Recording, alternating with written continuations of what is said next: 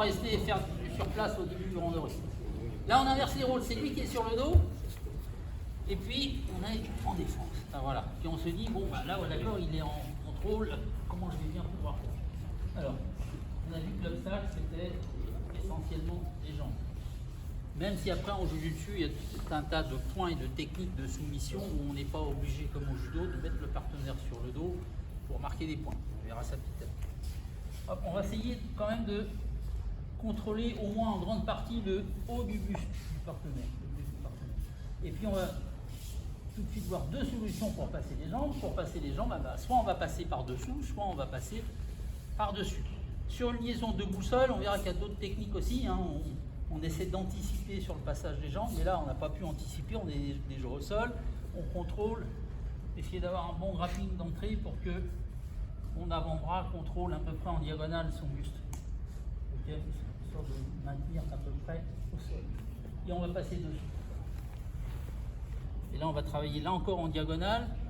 Mon épaule droite va pousser son genou gauche vers son épaule droite pour le fixer. Là, je fixe. Et je passe. Hop, je passe temps. Hop, je suis ici. Alors, il ne faut pas essayer de tout faire avec le bras.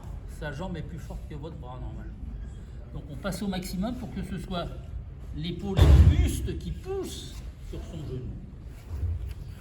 Et là je fixe, ça veut dire que je vais mettre tout son poids de corps grosso modo sur l'épaule opposée, de manière à ce qu'il ait plus tellement de latitude de déplacement.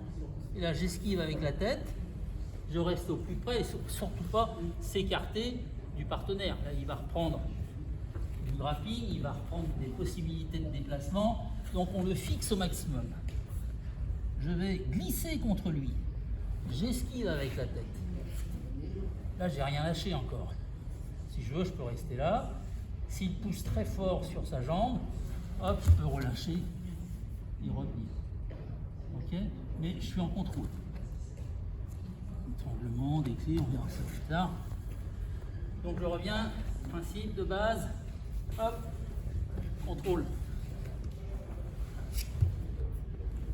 J'esquive. Je colle au partenaire. Ok.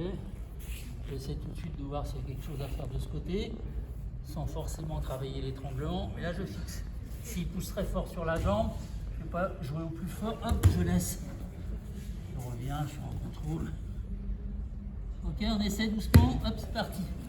Là, on passe sous la jambe.